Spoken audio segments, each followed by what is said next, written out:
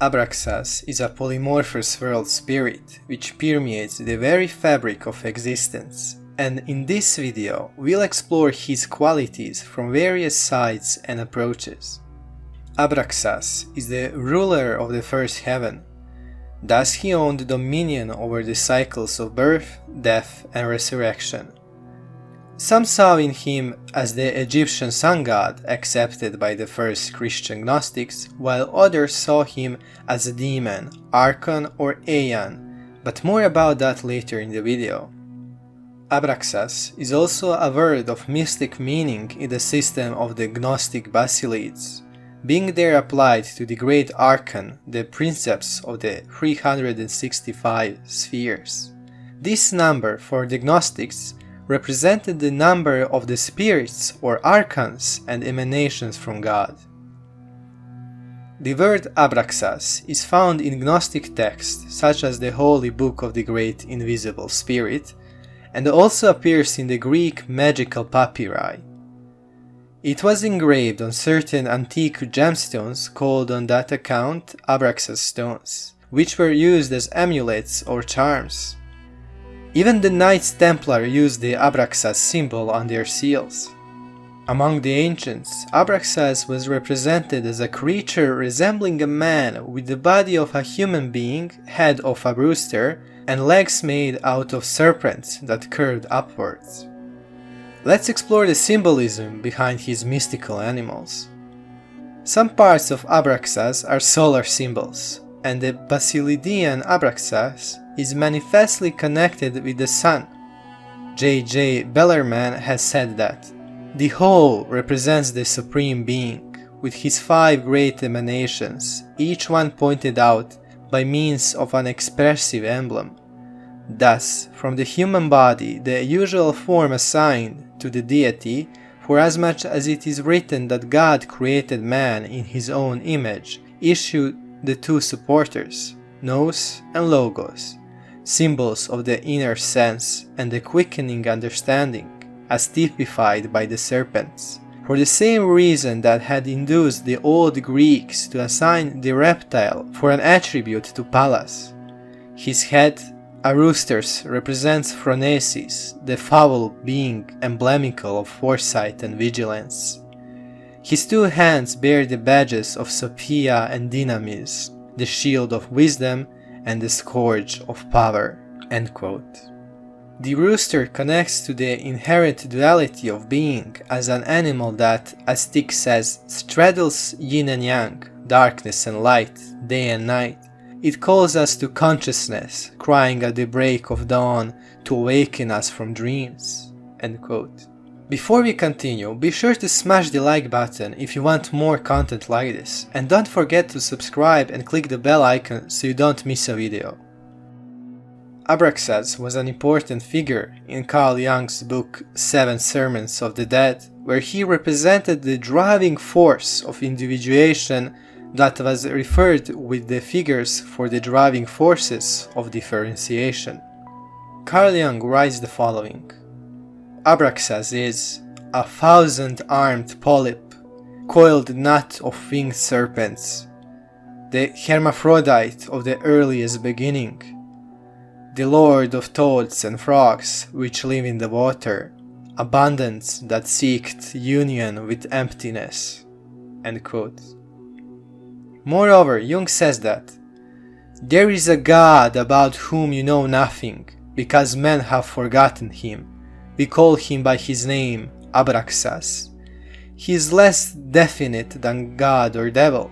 Abraxas is activity. Nothing can resist him but the unreal. Abraxas stands above the sun god and above the devil. If the pleroma were capable of having a being, Abraxas would be its manifestation. End quote. Abraxas is also seen as the astral serpent, a master of initiates or skymen.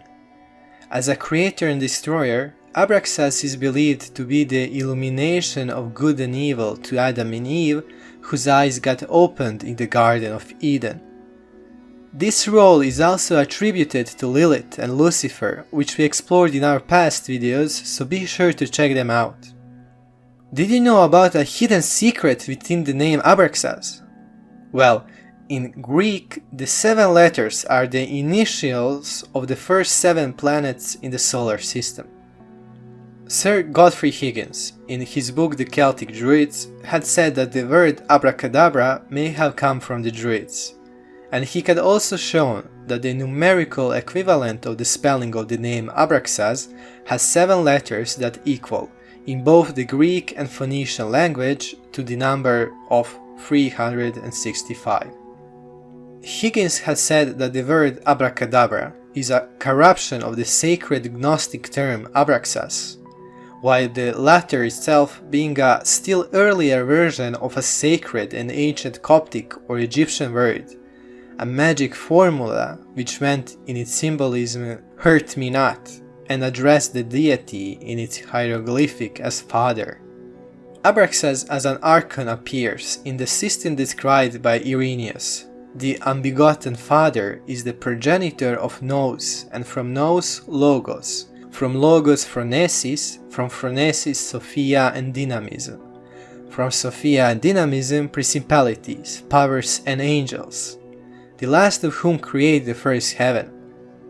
They in turn originate a second series, who create a second heaven.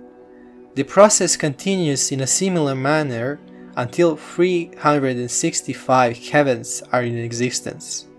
The angels of the last or visible heaven are believed to be the authors of our world.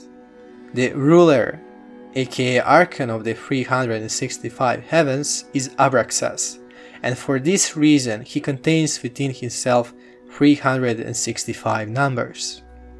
On the other hand, Abraxas as a god appears in Epiphanius, who appears to follow partly Irenaeus and partly the lost compendium of Hippolytus. He designates Abraxas more distinctly as the power above all and first principle, the cause and first archetype of all things, and mentions that the Basilidians referred to the number 365 as the number of parts in the human body as well as of days in the year. Abraxas as an Aeon appears in the Holy Book of the Great Invisible Spirit, which refers to Abraxas as an Aeon, dwelling with Sophia and other Aeons of the Pleroma in the light of the luminary Elelet. In several texts, the luminary Elelet is the last of the luminaries, meaning spiritual lights, that come forward, and it is the Aeon Sophia associated with the Elelet who encounters darkness and becomes involved in the chain of events that leads to the Demiurge's rule of this world, and the salvage effort that ensues. As such, the role of Aeons of Elelet, including Abraxas, Sophia and others, pertain to this outer border of the Pleroma that encounters the ignorance of the world of lack and interacts to rectify the error of ignorance in the world of materiality. In Christianity, Abraxas got labeled as a pagan god and branded as a demon. A wide variety and vast number of engraved stones are in existence that carry the image of Abraxas and thus are named Abraxas Stones. The Abraxas image alone, without external iconism, can carry a simple inscription. The proper image of Abraxas is usually found with a shield, a sphere or wreath and a whip, a sword or scepter, a rooster's head, the body clad with armor and a serpent's tail. There are, however, innumerable modifications of these figures: lions, hawks, and eagle skins, with or without mottos, with or without a tridented star, and with or without reverses. Let's conclude this video with one of the sermons to the dead written by Dr. Carl Jung. At night, the dead came back again, and amidst complaining said, "One more thing we must know, because we had forgotten to discuss it. Teach us concerning man. Man is a portal through which one enters from the outer world of the gods, demons and souls into the inner world, from the greater world into the smaller world. Small and insignificant is man. One leaves him soon behind, and thus one enters once more into infinite space, into the microcosm, into the inner eternity. In immeasurable distance there glimmers a solitary star on the highest point of heaven. This is the only God of this lonely one. This is his world, his pleroma, his divinity. In this world man is Abraxas, who gives birth to and devours his own world. This star is man's God and goal. It is his guiding divinity. In it man finds repose. To it goes the long journey of the soul after death. In it shine all things which otherwise might keep man from the greater world with the brilliance of a great light. To this one man ought to pray. Such a prayer increases the light of the star. Such a prayer builds a bridge over death. It increases the life of the microcosm. When the outer world grows cold, the star still shines. There is nothing that can separate man from his own God. If man can only turn his gaze away from the fiery spectacle of Abraxas, man here, God there, weakness and insignificance here, eternal creative power there. Here is our darkness and damp cold, there all is sunshine.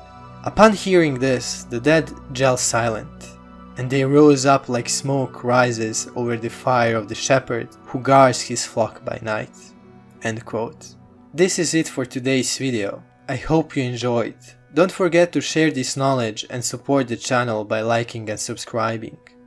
Thanks for rebuilding Olympus.